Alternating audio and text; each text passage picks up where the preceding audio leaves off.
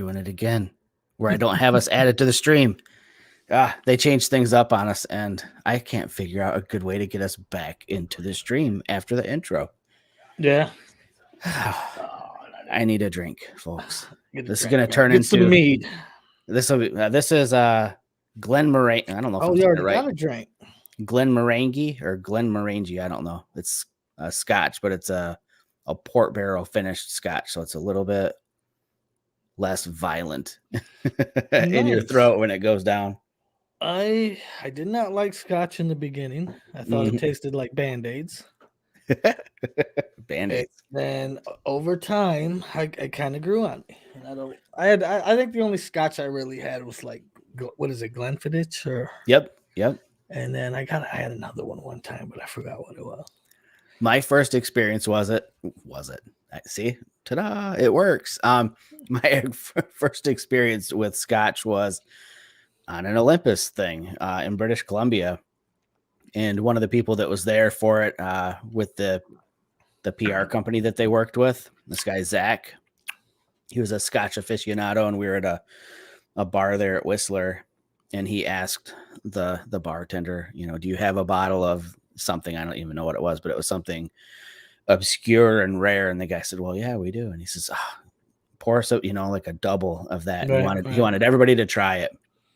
It was sitting we were at a big table. There's probably 10 of us hanging around, and it was 6 feet away from me, and I could smell it. Right. Thought, oh my God, like we're supposed to drink this. It smells like a chemical bath. Right.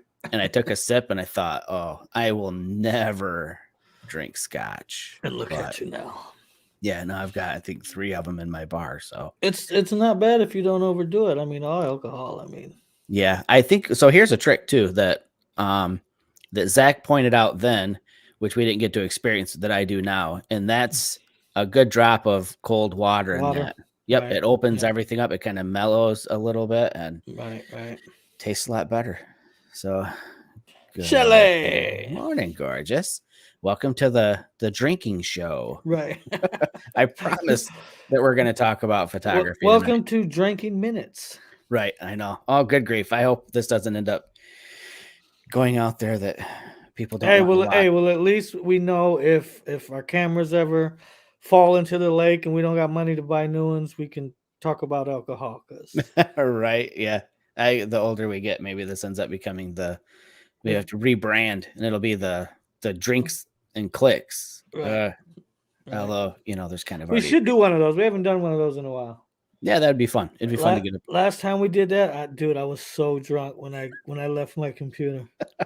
That's the best. It's the best. So tonight's show. Let's talk about that. I've seen it get some press lately on a few websites, and it's something that I know you and I both have been doing in photography forever. And I think seeing it pop up on websites kind of made me think, well, we should talk about it. What's been popping up? I haven't seen what you're talking about. So there's been, not just on websites, but also like on my YouTube feed for some of the photographers that I follow, there's been a lot more talk about shooting longer for landscapes and why you should have a telephoto in your kit.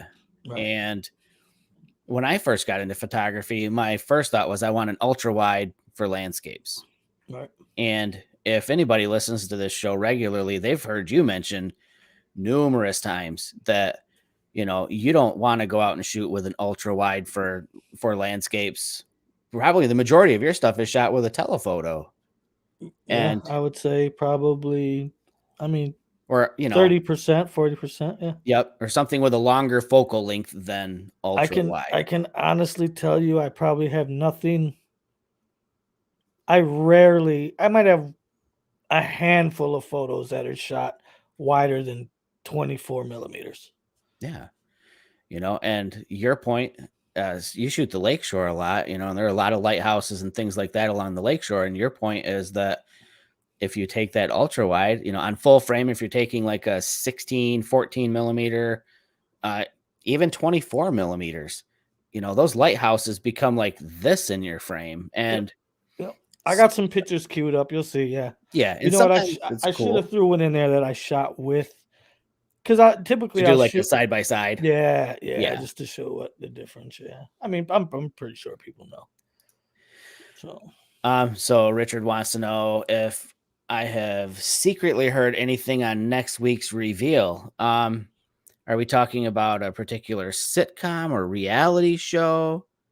Or are you talking about like an Olympus announcement? Richard, I'm not in that cool kids club anymore with announcements and things like that. So, and if I was, you better believe I would not talk about it. So no, I don't have any information on that.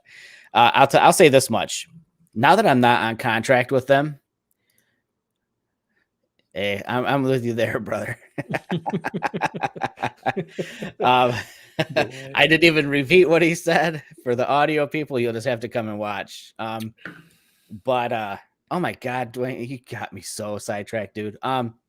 Okay, yeah, where I was going with this. So Richard asked about, there's a lot of information and news floating around, teasers, rumors, stuff that's official from Olympus or OM Digital Solutions about new camera coming out, their new big flagship camera. And I was going to say that now that I'm not on contract and now that they're not sharing information with me, I will say this much, and they're going to hate me for this one. 90% of the time, 90% of what you see on the rumor sites is dead on. There's always a few things that seem to show up on the rumor sites that are just wildly not correct. But in hindsight, I used to see all the rumors and I knew about the products weeks, sometimes months before the rumor sites got them. And I don't know who they're getting their information from, but 90% of the time, I'd say 90% of what they have in leaked information is right there. So take that with a grain of salt. Not to say that things haven't changed and they've battened down the hatches on rumors, but I'd say you can be pretty confident in most of what you see, from my outsider's perspective, just based on working with those guys for a number of years. So Right. I don't know if that's going to piss anybody off or not. It shouldn't. I mean, it shouldn't. I didn't say anything that, yeah, you're not. I'm not like, saying anything that I know about anything or anything like that. I'm just saying based on my history. So what's up, Jay? I clicked your name and it didn't show up. There we go. What's up, Jay? I'm not going to say your last name because I think I say it different every time and you give me crap every time I say it different. So, what's up, Jay? But yeah, so again, regarding that, some of the rumored, leaked specs or whatever are interesting. It's good to see potentially what looks like a sensor change from Olympus moving to a good new backside illuminated sensor from Sony. That would be cool. It would be a little bit bump up in low light performance. I'm not smart enough, versed enough, educated enough to know if that equates to better dynamic range. Just because you're more sensitive to light doesn't mean the information that you're gathering is going to come out better in the end. You know what I mean? Like pushing shadows and stuff. Right. One of the specs was interesting though. It was on, I think, Petapixel, that said that it's capable of shooting stills at 120 frames per second, with the caveat that it can't do that for a second straight. So it ends up stopping at about 97 frames, but so in under a second. And pre-show, that's still a massive amount of frames. It's insane. Oh, yeah. I'm trying to think of how to use it. I don't know too many. That's a bird thing. Dude, in less than a second, you're going to see the bird's wing move like this far as it starts to flap. It's like, I'm trying to think of a use. Right. I mean, that's the only thing I can think of, really. Yeah. I think that's probably overkill for sports as well. Oh, yeah. But I will go and say this too. Like, when something like that comes out, there's always someone who's going to find a use case for it. It's probably not going to be the majority of people, but I mean, I could think of maybe, water drops. So Richard says water drops. You don't need that kind of frame rate for it if you're using flash and, a trigger for that. But it would probably make your hit rate easier on trying to catch an image of something shattering like a glass, with an arrow going through it or something like that. But man, I don't know. That's faster than lightning. Right. Lightning flashes last a second or longer. I mean, you could maybe make like an animated GIF file of a lightning bolt coming down. Yeah, I don't know. Yeah, I'm interested to see the first Olympus Visionary Explorer, whatever they've got for a roster now, how they use it. They're going to use that shit in Utah in the back of a van. I don't know. I They're mean, going to photograph coffee with it, making coffee. oh, you're talking about like the adventure people that live out of their van and drink lattes. Yeah. I guess again, Richard, interesting point. Hummingbird wings. And I guess mean, that's a reason to make a camera. If you're looking for a particular point in the flap, you'll probably get that. Or there was a cool photo a few years ago that this guy had taken, I think like 100,000 photos trying to get this shot of a belted kingfisher entering the water, and the tip of its beak was literally had just touched the water. I remember you sent me that. Yeah. I mean, that would probably be a cool use case for something like that. But all right, so let's flip the script a little, and what would you have rather seen than 100 frames a second? Jerry. Okay, so let's go from mild to wild. I'll start off with wild first. I'd like to see him jump into the full frame market. I think. Oh, for sure. I mean, they wouldn't be the only camera manufacturer that has 2 different formats. Does Sony still do the like A6500 line or whatever? Yeah. Okay, so then they've got an APS-C and full frame. Fuji does medium format and APS-C. Yep. So Canon, Nikon both do it. So I like the Fuji analogy is really good because Fuji has APS-C, which I'll just, simulate is this. Right. Then they've got medium format, which is this. It'd be the same with Olympus going micro 4/3 to full frame. Yep. And again, just with all their history with lens technology and all of their other tech that's inside, God, they would kill it with full frame. For sure. They would. I would throw all my other cameras in the lake. I would consider the move back, full time to just all that gear and ditch Sony at that point. You give me a full frame EM1 Mark IV? Yep. Come on, I'd do it. I would too. I'd kick all my shit off the pier and go to the camera shop. Yep. I wouldn't even think twice about it. Oh boy, dude. For sure. Yeah, dude. right. right. For sure. Dude. I would be all over a full frame Pen F2. Holy crap. That would God, man, that would put the smackdown on Fuji. And I think Sony, it seems like Sony tried that with that. What was that? They launched like last year, I think. They released it. It was Sony basically it was like an A7 without the viewfinder. The A7C. Yeah, the A7C. Yes. Yeah, but man, it wasn't sexy like the Pen F. No, for sure. Yeah, it wasn't. Pen F was a work of art, you know, and yes, Dwayne, that was what I was going to say next, was that I think it would even have Leica kind of questioning their validity in the market at that point. If Olympus did full frame, you'd always have the dentists and the doctors and the Lenny Kravitzes out there that carried around a Leica. But I think I've seen Johnny Depp with a Pen F. I mean, he understands the beauty of that camera. So the Pen F's my favorite camera. It's of all time. It's my favorite Olympus camera ever. It's probably my favorite camera. Yeah. I can't shoot super low light shit with it. Yes. Yep. And weather sealing would be, the icing on the cake for that. Right. I mean, I've gotten it wet, but. Yeah. But you wouldn't hang out in the pouring down rain all night shooting with it for sure. No, not all night. Yeah. So that would be that's my wild wish list, for this new camera would be, for them to jump into full frame.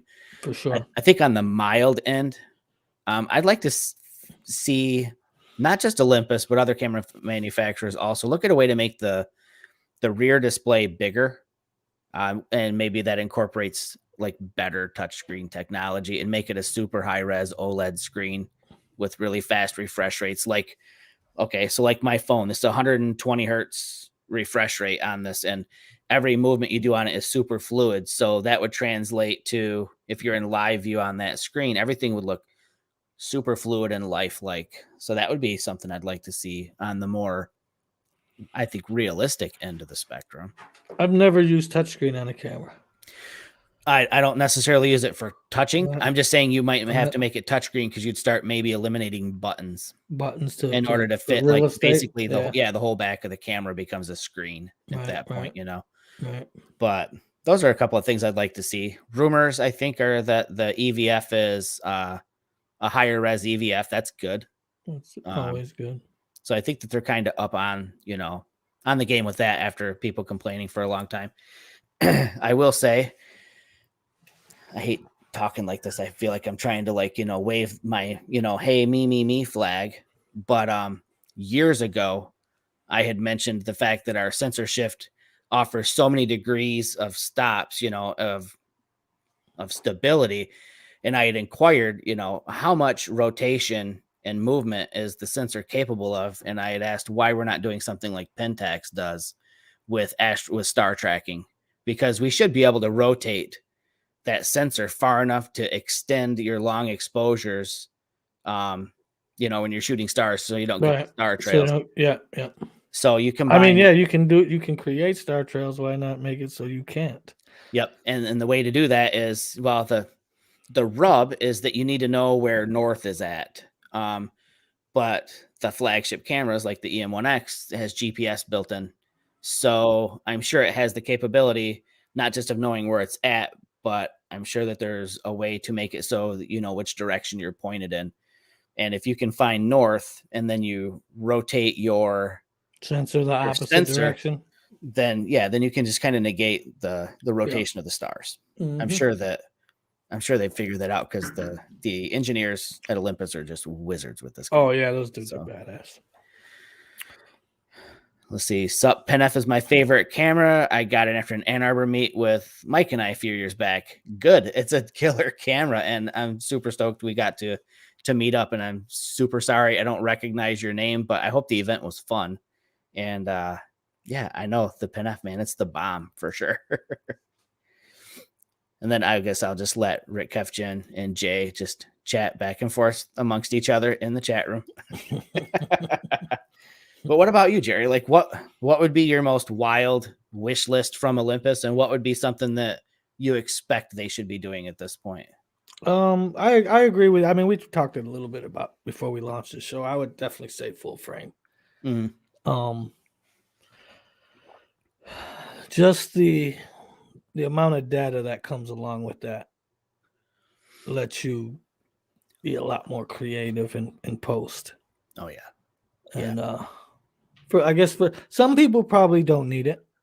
You know what I mean? Like they probably don't care, but I would like it. Right. You like to spend time out in the evening and at night. I shoot a lot at night. Yeah. And there's a big difference, man. There's a big difference between full frame and micro four thirds when you're shooting. Yeah. You know, alleys at 1 o'clock in the morning, you know? Right. Yeah. Yeah. Right. On the other side, I don't know. I would probably say a revised PenF. Yeah. I mean, yeah, give me weather sealing. And that's pretty much it. I mean, give me some weather sealing and I don't know. So another I'm an easy man to please. Easy to please. Just you don't need necessarily massive revolutionary change. Just refresh it, and so that's a perfect segue into the next thing. Right. I mean, I'd still shoot with a DSLR if I find a good deal on one. You can do that all day long. Right. So a refreshed PenF. What about the rumors that there's a refreshed 12 to 40 2.8 and 40 to 150, like version 2.0 of those lenses? I'm curious what they change in those. Probably image stabilization, maybe. Like adding image stabilization to the lens. Yeah. That's the only thing I could think of that they could do to improve those lenses. Right. You know, and maybe that's what they do. God, don't do that, because then I'll probably buy those lenses. Well, they'll get bigger. Yeah, they'll have to get heavier, a little bit bigger for sure. But I'm sure that it'll be one of those things again where you'll be able to throw that. I mean, the 12 to 40 isn't as long as the 12 to 100, and you put that 12 to 100 on an EM1X, and with the like the dual image stabilization or whatever, with the two talking to one another, I mean, you get like, again, I've seen people hold it for 10, 12 seconds and get a sharp shot. Just think on the 12 to 40 where it's a wider angle, you still be able to do that on a smaller lens. Right. Be interesting for sure. Yes, it would. That 40 to 150 was probably my all-time favorite lens.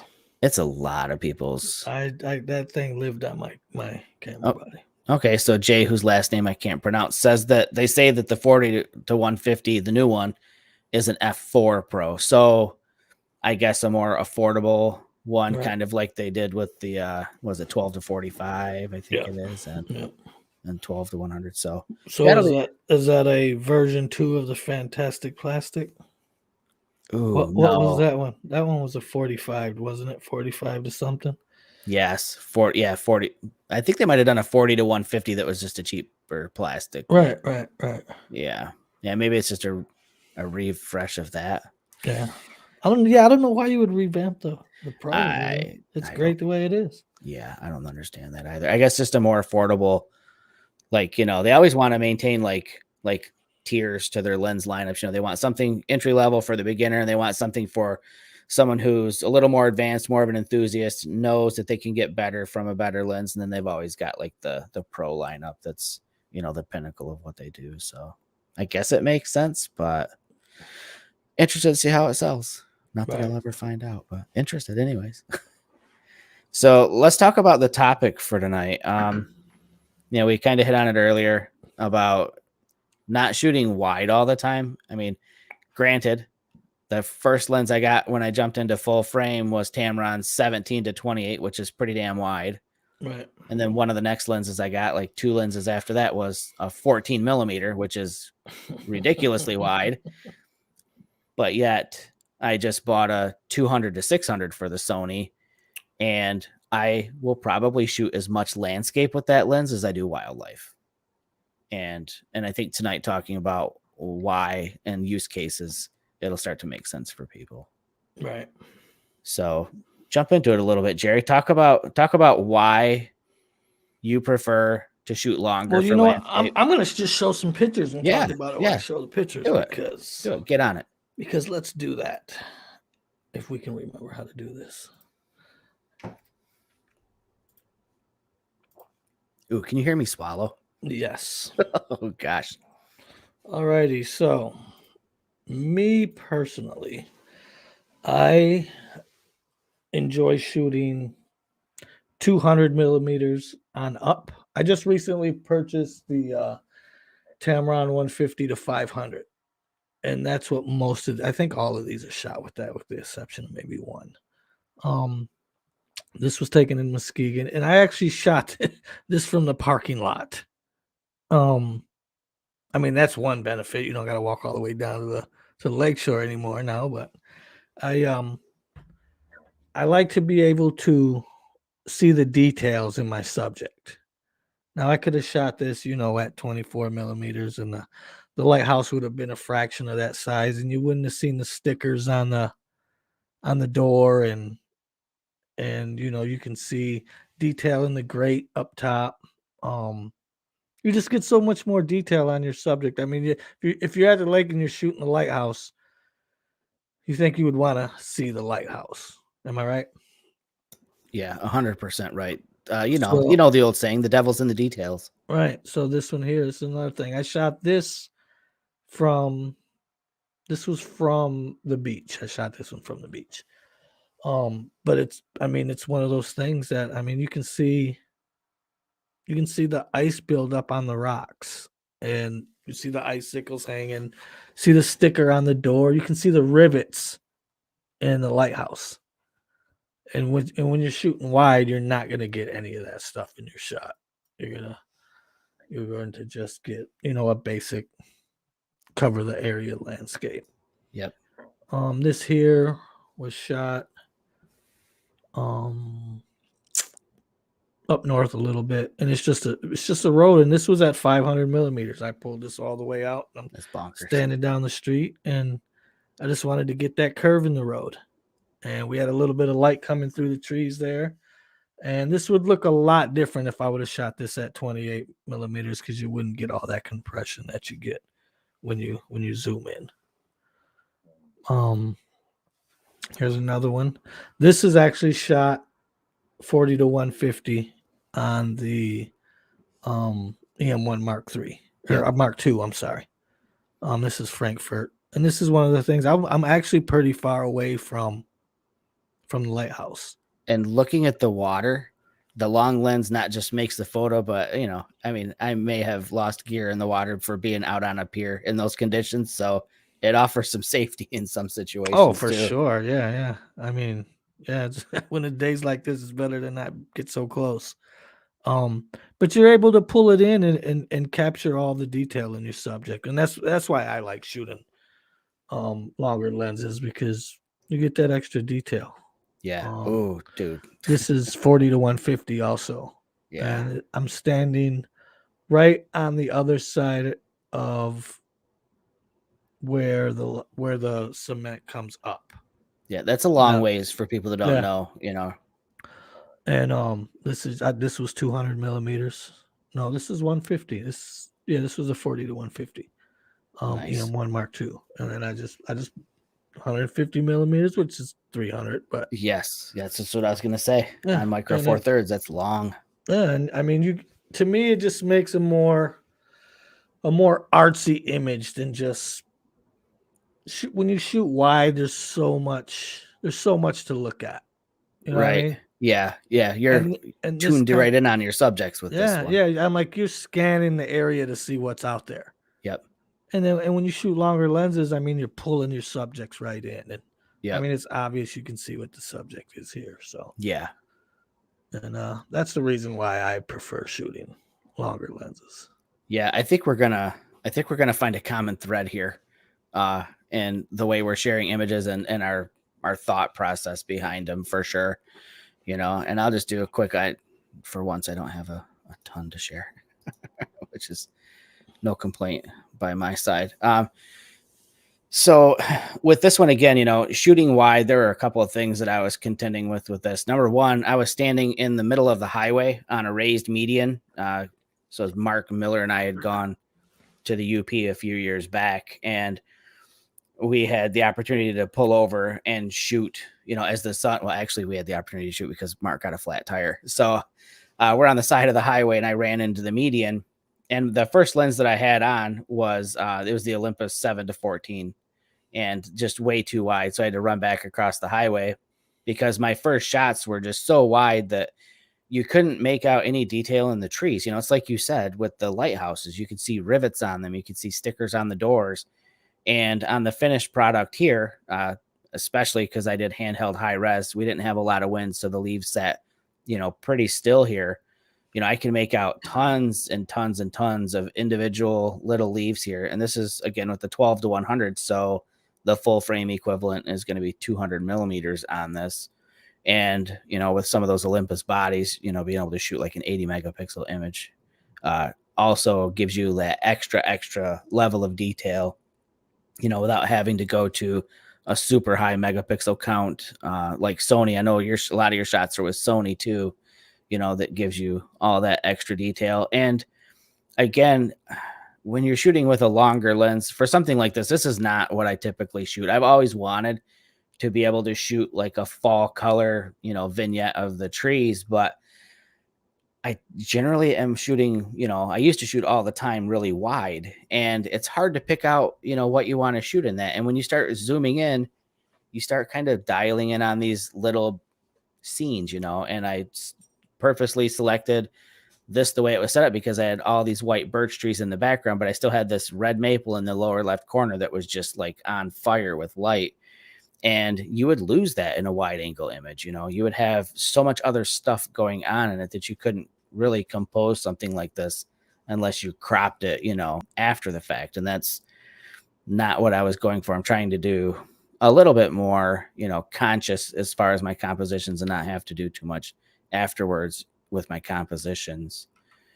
And this one is another example of again, why you want to use a longer lens on a landscape. So this is Moab a couple years back, and the LaSalle Mountains in the background. And everybody knows if you get your cell phone out to shoot the moon looks like a dot in the background. And if you want a big moon, like everybody wants in a shot, you need something longer.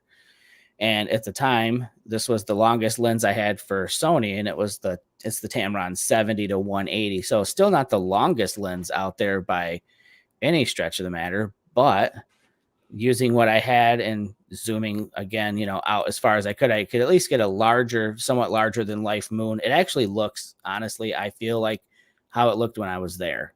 You know how it is when you're driving and the moon is either setting or rising on the horizon, and it looks just, big. And that's how it looked that night as the sun was the moon was rising. And the only way I could achieve that again was with the Tamron 70 to 180 longest lens I had with me at the time. And, one of the benefits of that long lens, like you said, it's that compression that you get. It pulls not just your subject closer to you, but it can move things that are in the background a lot closer as well. So this is Griffith Observatory in LA, shot from up in the Hollywood Hills. And it's funny because this is the shot I wanted before I even got to the airport. I knew what I wanted. I knew I wanted to see Griffith Observatory, and I wanted LA in the background. And unfortunately, I wanted mountains in the background because there are mountains behind the city out there. It's just, LA smog. You can't see them. But pre-conceptualized, pre-envisioned what this shot was going to be for me. And I knew what I needed to do the shot. And that was the Olympus 300 millimeter. And I had the 1.4 teleconverter on it at the time as well. And this was the EM1X also that I was using for that. So, I mean, we're looking at what, like a full frame equivalent of like 840 millimeters, I think is what it ends up being. So I don't know the exact distance that LA is from Griffith Observatory, but I think it's like 19 miles in the distance. And it literally looks like it's sitting in the backyard of Griffith Observatory. And again, hearkening back to what you said a minute ago, ultra wide angle, you're not going to see anything. You're not going to see the construction workers here on the lower right with their green vests on working. They're just going to be specks, and LA is not going to be pulled closer to the foreground to give this perspective that you really can't get any other way. And it's my favorite thing to do, is to draw things from the background really far up into the foreground and close those distances. And again, this was, I think it's still in Colorado, just before you get over into Utah on I-70. I love this mountain. I've driven past, I think, like 5 times now or something like that. And it's a fascinating piece of landscape. And again, the first 2 times I shot it, I had, I think, the 12 to 40 on one time. And then I had the 7 to 14 on, and never thought, for whatever reason, to get something longer and shoot it with a longer lens. And this was actually, and because I've been out of the loop with Olympus for a while now, I think it's the 12 to 200. It's one of their, lower tier lenses. I think that's what it is the 14 to 200 or 12 to 200. I think it's 12 to 200. And I had that, and this is really one of the only shots that I took with that lens. But again, it's zoomed all the way out there to 200 on that, which is, again, a 400 millimeter equivalent. So it just not only brought that butte, or whatever you call that piece of geography, closer to the camera, but it also brought those clouds, tighter up against the back of it as well. It just kind of made for a really surreal scene. And the same with this one. So everybody knows I like to shoot storms and clouds and all of that. And this was actually up near Grand Haven. When I used to camp up that way all the time, there were storms that were kind of moving across the state, and we had these big billowy clouds, and I knew exactly what I was going to get by doing this. And this, again, is with the 300 millimeter, but it's on my infrared converted OMD EM1 Mark 1, like the OG OMD EM1. And again, I wanted to do that super long telephoto or focal length to draw those clouds in really close. It just makes them look so much larger than life. And like you, I really wish when I did shots like this, that I would have shot something a lot wider so that people could see the difference that it makes by pulling the background elements in close with a long focal length. It's such a fun thing to do, to make. In this case, it made the clouds just look wickedly ominous. They were cool looking in the background when I shot it, but shooting it at this focal length, they look like something wicked this way comes for sure. And the last couple are a couple of my favorites, shot on the lakeshore, again with the super long focal length that allows you to make that sun again larger than life. And my favorites for that have always been the Olympus cameras, because I can get such astounding lengths with such small gear and with so little kit with me. So this is the 300 millimeter f4 with the 2x teleconverter on it. And this is shot from, I wish people were more familiar with that beach, but there's the state park and then there's this public park that's adjacent to that one. And it's the edge of the state park almost at the public park, which puts this realistically probably what, Jay, like a half a mile away almost. It's long. It's so far away from this shot. And yeah, I really couldn't achieve a shot like this without that. So you're looking at 1200 millimeters of focal length to pull this off. And then the last one, same thing, same lens, just not with the 2x teleconverter. This is, oh no, I'm sorry, this is with the 2x teleconverter. It was on the same weekend as that last shot. Just another Lighthouse, Jerry's, I'll call it Jerry's Lighthouse because it's his stomping grounds. But again, it's almost like a sci-fi image when you're shooting at a 1200 millimeter equivalent. And I kind of dig this section right here, this little red dot that's just light coming through a window on that lighthouse.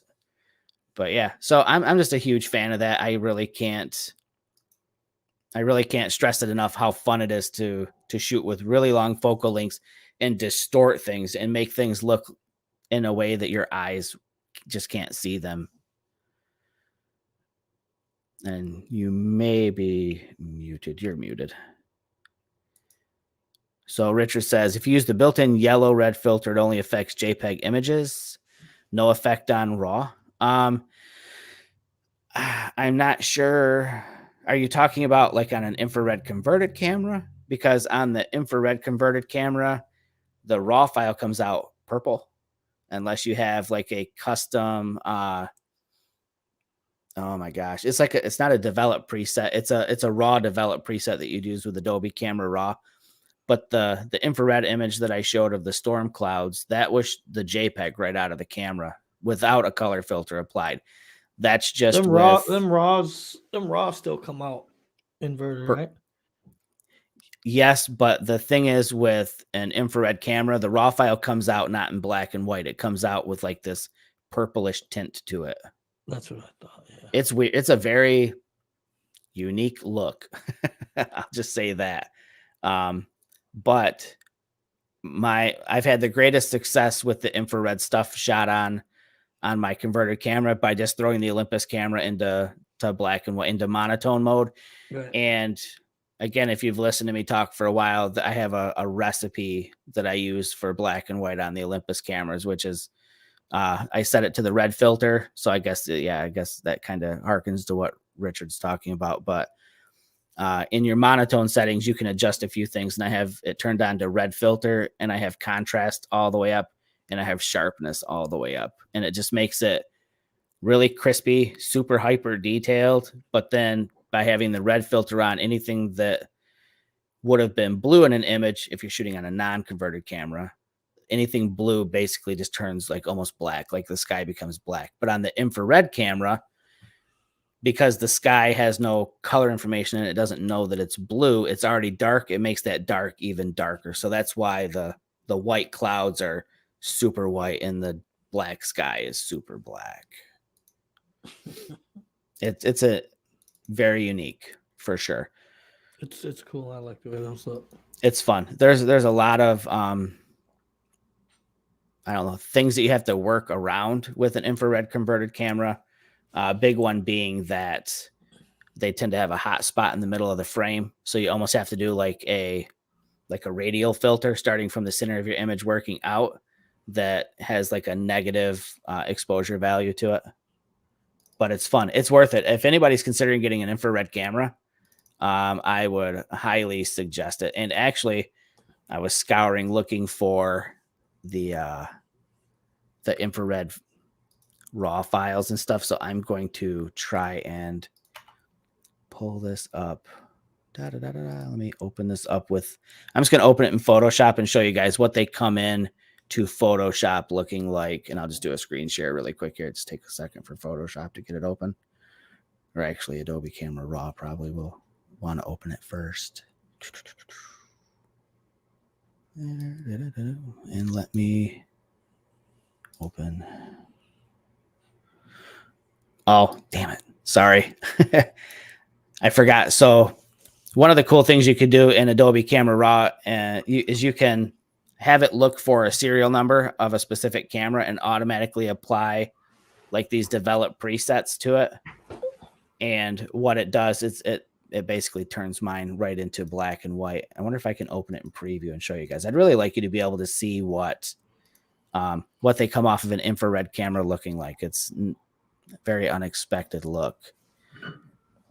So I'm going to try and open it in on one photo raw. Let's see how that looks.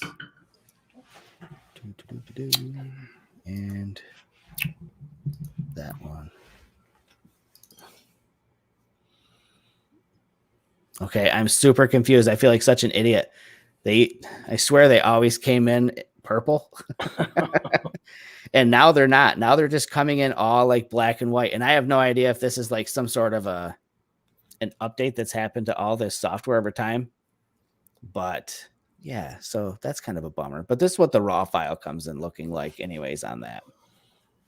Oh, we get a live edit today. Cool. Oh, really? I don't use On One to edit. Are you freaking kidding Is that me? what you got? Is that what that is? Yeah, this is On One. Oh, I've been wanting to try that. No, I don't. I want to try Capture One. Yeah. All right. So we'll bump up the contrast. We'll drop the highlights down a little bit. Oh my gosh, why are we doing this? This is embarrassing. I don't edit in this software. So I'm going to feel kind of completely out of place. We'll drop these blacks down a little bit more.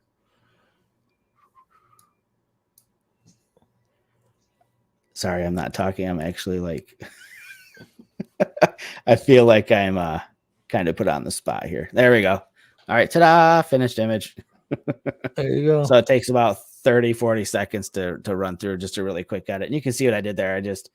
I bumped the contrast way up. I like things really contrasty and sharp and poppy. So knock the highlights down because some of those whites were really hot. Drop the midtones down just a little bit and kick those shadows way deep because that contrast, I want a lot of separation between, the shadow areas, the dark areas, especially in something like this for a black and white image. And then On One has a version of the dehaze slider. So I knocked that down a little bit too. I guess I could crank the structure up to make it a little bit more intense. But yeah, it's fun. I dig it. Check it out. We got our first, we got a couple of spammers. Let me tell them to GTFO. There we go. Blocked them. Get out of here. So yeah, so that's my thought on shooting telephoto for landscapes. I still do shoot wide. It's probably 50-50 for me. In all honesty, it's going to depend on my location too, what my subjects are. Oh, for sure. Especially if I have something in the distance that I want to make larger than life, whether it's the sun, the moon, a city in the background, a bridge or something like that. Lighthouses, bring those all back up into the foreground. Right. Or like in the case, you mentioned, if there are things that are off in the distance that are part of your subject and you want that detail to shine through, there's a lot of character on the lighthouses and buildings and architecture. So why not show it? For sure. Faux show. So we need to do some type of photo contest or something, man, I think. Yeah. We need to do something. Oh, you heard it here first. Jerry and I are going to get together. We're going to figure out some sort of a photo contest. What are we going to give away? I don't know. We have to figure it out. I just think we need to see some photos, some other people's photos other than our own.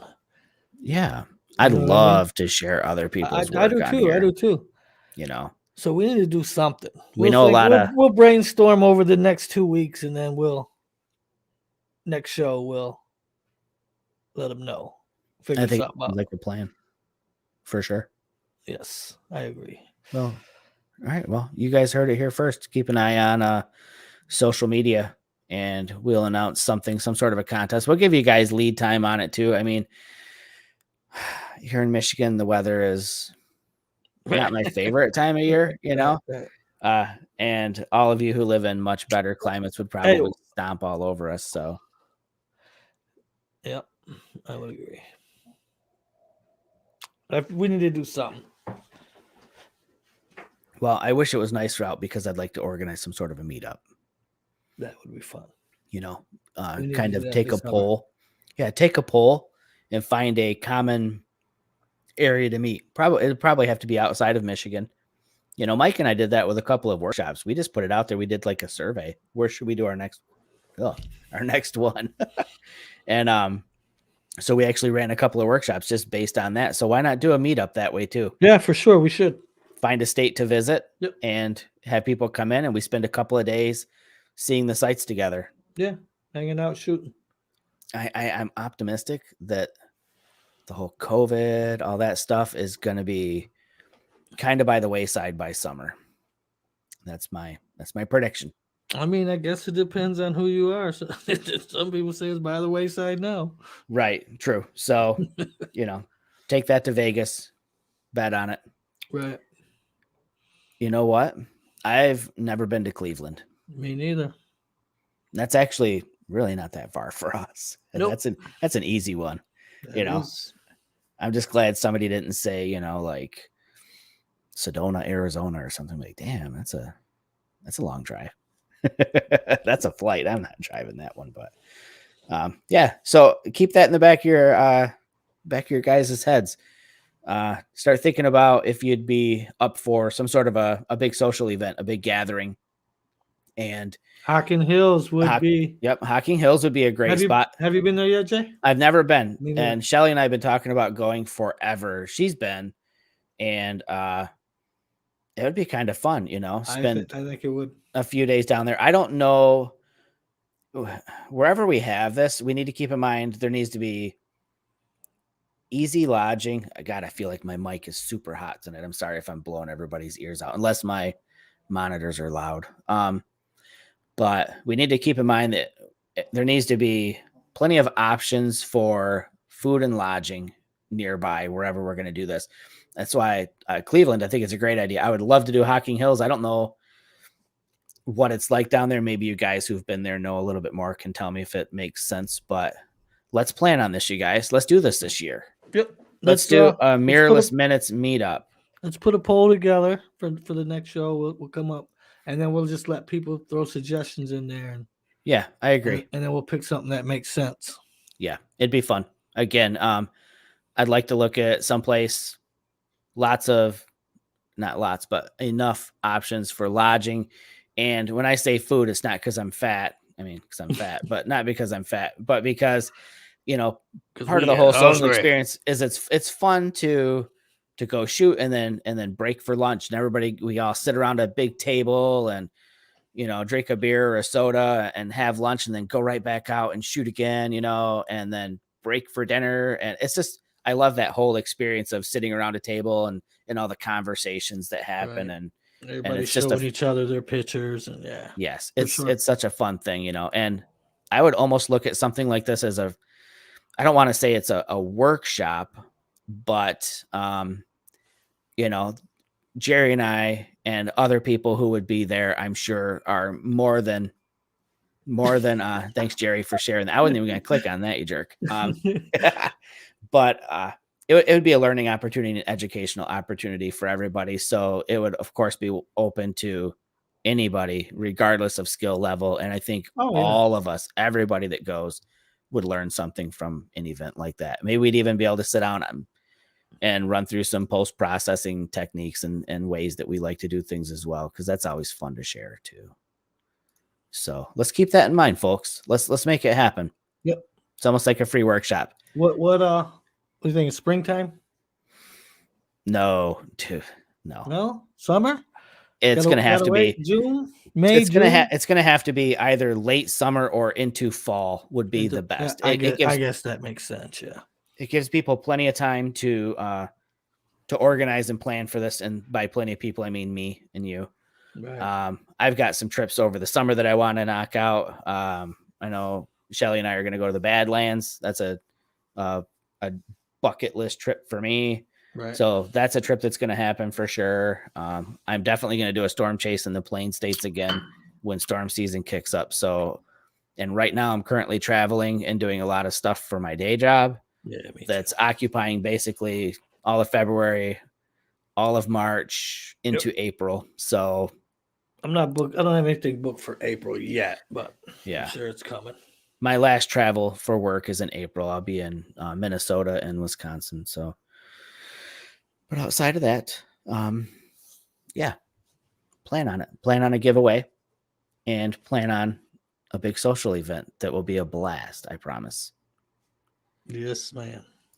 So Dwayne's been to the Badlands. So I got to do wall drug. I'll do all the touristy things, and I'm going to try and take my Badlands into the Badlands, out in the Badlands to do some shooting, kind of off the beaten path. Badlands are pretty fun. So I guess with that said, you guys, thank you everybody as always for tuning in. And I love when the chat room is like it was tonight. So much conversation going on, questions, comments, jokes. Let me scroll up here. Hold on. People calling me unfit. I love it. It's a blast. Let's do it again in 2 weeks. That's right. You guys take care. You can call me unfit next time. Hey, look, I fit in this shirt, so cut it out. Or you can call me blind or old or whatever. I don't care. Yeah, I'm getting to be both of those too. So we see you guys in a couple of weeks. Get out there and shoot. And keep in mind, we're going to be doing a photo contest. And I think we're just going to make it an open, no categories. Just do your best, shoot what you like to do, and we'll go from there. You guys take care. 2 weeks. Peace.